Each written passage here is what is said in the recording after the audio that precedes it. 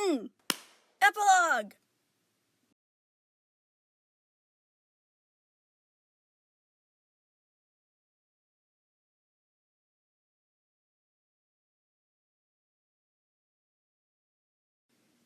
This was the first time he made it all the way to the couch without being pink.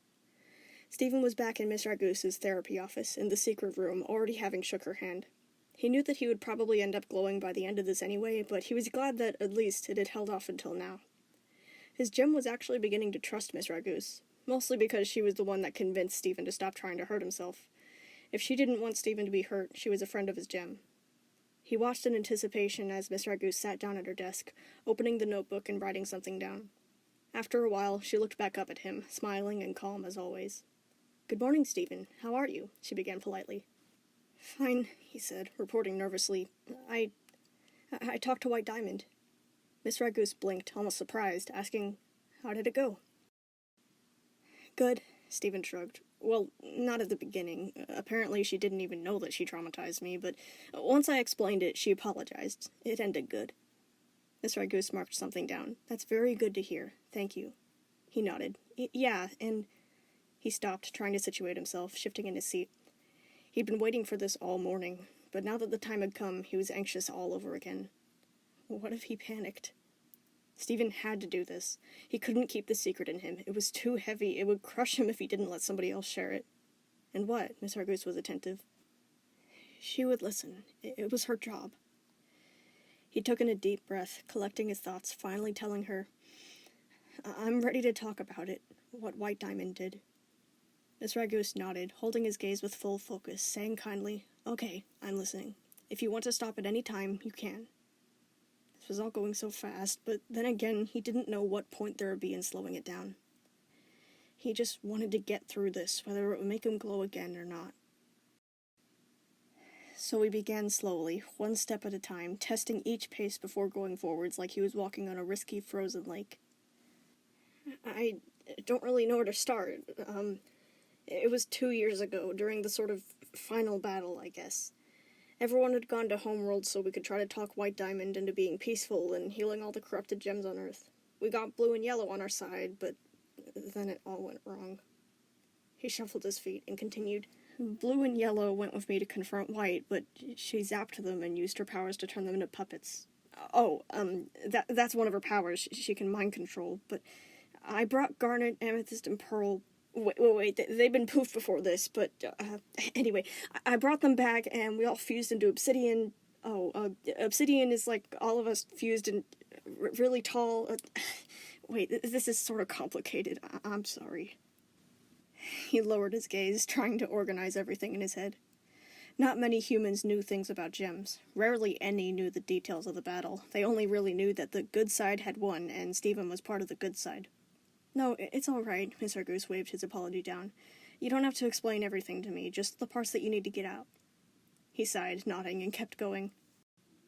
"Eventually, we all made it to White, but she zapped Garnet, Amethyst, and Pearl, too. They were all puppets. Connie was there, but that was just because she was a human, so White couldn't control her.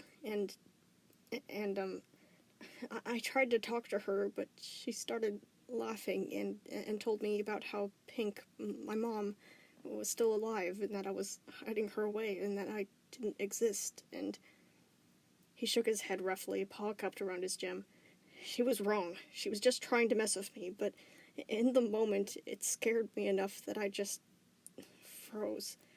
Connie was held back by the mind-controlled gems, and White..." This was the part where he felt a wall rear up in his mind, blocking him from going on. He curled up tighter, not knowing how to get past it. This had felt so much easier to explain to White whenever he was using it as a weapon. Admitting it to somebody else as a vulnerable weak point was way different. He only really realized that he'd stopped talking whenever Miss Ragoose said, "If this is as far as you can get, that's okay. But I promise that this will help if you can keep going. I can help." Stephen swallowed, nodding and saying, "Yeah, sorry, He pushed at the wall, experimental at first, but soon becoming more determined as he felt it begin to give way. "White Diamond picked me up and brought me right up to her face, and she said, 'Now, Starlight, this has gone on long enough. and one of her fingernails pulled up my shirt. As he expected, pink light burst over the surface of his skin in that moment, his gem letting out a cry of terror inside of his head that rang through his ears. He strained, breathing deeply, looking back up, telling it, "She's not here, we're safe, I'm just talking about it. You can keep glowing if you want to, just don't attack." His gem whimpered. It didn't like this part. When he could, Stephen shakily continued, And I think I kind of already knew what she was going to do at that point, but I couldn't escape her. I couldn't move at all. I'd been struggling before, but now I just waited for it to happen. I didn't even know what it was. Nothing like this had ever happened before. I really thought I was going to die. He tried to stop himself from rambling, thinking that he was probably subconsciously stalling. She reached her fingernails on the other hand down. She said, "It's time to come out, Pink." And Connie screamed something, and then his gem held onto him tighter, vice-like around his mind. "It's okay," he reassured it. "I know this is scary, but it's okay. She's not here." He stretched the hesitation for as long as he dared, and then finally forced out, "She stabbed the fingernails into my stomach, around my gem, and pulled. 3 yanks later, it was out. All I saw before I blacked out was the back of my gem covered in my blood and the hole it left behind." He could see it all too clearly. The memory was busting and popping over his vision like gunfire, his heart kicking fiercely at his ribcage, lungs shuddering to try and find room to breathe. It was like he was back in the throne room all over again, staring at the gaping wound in his open belly, a hole the size of his fist. It was ringed of 5 points where his gem had tried to hold on the tightest at the pentagonal edges, ironically shaped like a star. And White Diamond's horrible slender fingers, squeezing him, trapping him, rendering him defenseless. The black nails, on the other hand, had pinned his blood-soaked gem between their points, the spike end of the gem having some sort of long vein of broken flesh hanging off of it. Thinking that he was going to die, held in White's palm, gemless, unable to save the corrupted gems, his family, the earth. Nothing more than a stupid human child, a locked box that had kept the true treasure, Pink, hidden away for so long. Not real. No. It was happening again, no. Stephen slammed his eyes shut like big iron doors snapping closed to stop the avalanche from wiping out everything inside of him. He had to ground himself. He had to... Forcing himself to fight against the memories that were crawling up his spine, Stephen pushed his paw down to the side, touching a part of something that was supposed to be White's palm. But it wasn't, because she wasn't there. It gave, like a cushion covered in fabric. It was a pillow, part of the couch that he was sitting on, not a big white hand. Even though describing the pillow seemed like the last thing that he should be worrying about right now, he forced all of his focus onto that, like it was the only thing that would save his life from this. It was soft, squishy, kind of fuzzy. The awful, awful pain as his life force was brutally yanked out of his body, tearing everything up on the way out, ripping and pulling and... Nope, no pulling, no blood, just the pillow. Wow, look at that, it had some sort of pattern to it, how interesting. Lines and circles and curved marks to replicate flowers.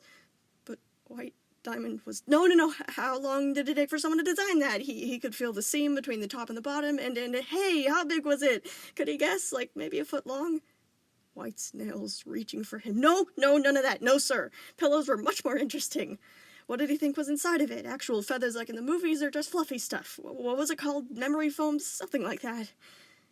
It didn't really matter what it was called. He just had to keep on thinking about the pillow. Nothing else. Just the pillow. It felt silly, but that was okay. Silly was better than scared. Just think about the pillow. That was all that mattered. He was okay. Everything was okay. It was working. He could feel it. The sounds of White's laughter were becoming afterthoughts, the world becoming more solid, everything settling like a forest after a tornado swept through. The memory wasn't real. The pillow was real, Miss Argoose was real, he was real. Stephen moved his paw down to his gem, realizing with relief that it was still nestled into his belly button like it had always been. He wasn't bleeding, he wasn't gemless. He opened his eyes, and everything was still again. He looked up. Miss Argoose had been watching him with something like caution. "Are you feeling okay, Stephen?" she asked gently. Stephen nodded slowly, feeling like if he moved, he'd fall apart. "I did it?" he began, almost matter-of-factly. "I didn't die." "And your gem didn't attack," Miss Argoose added, smiling slightly. "Stephen, you did very, very well with that. It must have been very frightening to recount all that, but you were able to get all the way to the end. I'm very proud of you." The strange giddiness that he got after that began to die down slightly as he remembered what had caused all of that in the first place. Miss Argoose wrote a few things down then, her expression wrinkling slightly into concern. He'd done it. He'd done it. She knew what White did to him. The first person ever, other than Connie, to know the truth. Now what? Eventually, she looked up again and asked him, "Have you told your family about your experience of White Diamond yet?"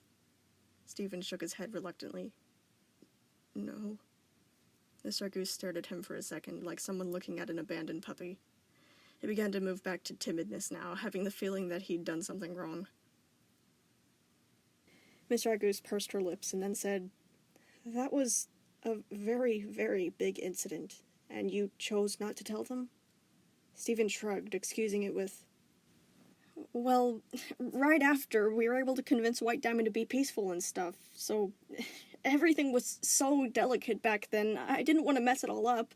I mean, if I told my family what she did, they'd just get mad at her and just... It wasn't as important as keeping the peace." Miss Argoose lowered her head slightly, thinking, before saying, "They could have helped you. They would have wanted to help you. Trauma is much easier to deal with if you have support from loved ones, and your very worst experience was suppressed for so long." She straightened up slightly, looking at him directly this time as she told him, "Once you're ready to share this again, I urge you to do so, with your family. Tell them what happened. They can better adapt to caring for you. They can understand. It will be much easier to have everything out in the open." Stephen winced away. "But that was 2 years ago. It's all in the past. I don't want to dig it all up again." "If it's all in the past, then why is it still bothering you so much?" Miss Argoose countered. Stephen didn't know what to say. Miss Ragoose's expression softened, and she continued, "Please, Stephen, they won't be mad. If they knew that you were suffering in this way, they would want to know so they could help you. They wouldn't want you to hide things away just because it ended with you alive." She trailed away slightly, a suspicious look squinting from her. She asked carefully, "Stephen, have you hidden other things like this from them?" Several events snapped through his mind, and he had the feeling that he should be ashamed of how many there were. Still, he told her them, knowing not to lie. I guess. I didn't tell them about turning into a blob of cats, or that one time Hollow Pearl tried to kill me, or getting trapped in my bubble in the ocean and almost drowning, or almost suffocating in the moss of flowers, or the fact that I figured out that their test was rigged, but I sort of just went along with it to make them feel better. Oh, and I didn't mention what really happened whenever we drilled into the cluster either." Miss Raguse was looking more and more concerned with every word, enough to where he just stopped, not wanting to disappoint her further. I'm sorry," he finished, shuffling his feet. Is that bad?" "It certainly is a problem," Miss Raguse mumbled, scribbling something down. "Stephen, I want you to try and tell your family about all these events. You don't have to all at once, but eventually getting to all of them would be the best." But none of that stuff matters anymore. They shouldn't have to worry," he tried, before stopping at Miss Raguse's raised hand. "It's their job to worry," she said. "They want to worry. Even if you think that it's insignificant, you need to know that you can tell them anything. They're your family, they love you, and they wouldn't want you to suffer in silence." Stephen lowered his gaze with a timid nod. "You're not in trouble," Miss Raguse told him, as if she'd read his mind. "I'm not mad, and they shouldn't be either. I just want you to be honest with them." She leaned back slightly and said, "From now on, make sure to tell them everything. About anything that happened before or anything that's happening now. They want to help. You have a good support system, which is incredibly lucky. Not everyone has families who care, but you do. You just need to accept their help." "Okay," Stephen replied. "I will." "Thank you," Miss Raguse smiled as she glanced up. "I know it might seem scary to recount it all again, but I promise it'll help dislodge a lot of the pent-up stress." Stephen nodded again, hesitating for a few more moments before saying, "Thanks for listening. I sort of feel a little better now. Even though I kind of panicked, I still think it helped. I mean, I got through it and it turned out fine, so... He sighed. It's just a little lighter now. Miss Argoose dipped her head. I'm glad I could help. She peeked down at her watch. As expected, she hummed, got up, and said to him, I'm afraid our time is up again. Do you know what to do now? Stephen got up, realizing with a glad smile that the pink glow had gone away on its own. He responded to her, yeah, be honest. And so he shook her hand and left to the waiting room. His dad was there, greeting him, saying thank you to Miss Argoose and helping him to the car, just like all the times before that. Stephen knew what he had to do. As he buckled his seatbelt, Stephen told his dad, I have to talk to everyone again once we get back home. I've got a few things to clear up. He told them about what White did first, knowing that it would be the hardest. They didn't react as badly as they thought they would, but they certainly didn't take it well. Amethyst was furious at White, Garnet was sorry that she didn't predict it soon enough, and Pearl cried hard while holding him close. His dad was a mixture of all three, and although he was obviously trying to be strong for Stephen and not break down, it was clearly a big hit to realize how badly affected his son was by that battle on Homeworld. They already knew about the time that he'd torn out his own gem. They were all there. They hadn't known that it had happened before by none other than White. But at least they didn't declare war. When they'd all calmed down, hours later, Stephen could feel their support helping him through this. They finally knew exactly what was bothering him, where those scars around his gem had come from, why White had called yesterday. It didn't make it go away, but at least they were there for him now, with actual information. After explaining what White did, they had stopped for that day, eating dinner and going to sleep. The next morning, however, Stephen continued explaining more secrets, and had worked his way through several close calls with flashback-induced freakouts, his family always there to catch him whenever he began to fall towards the panic.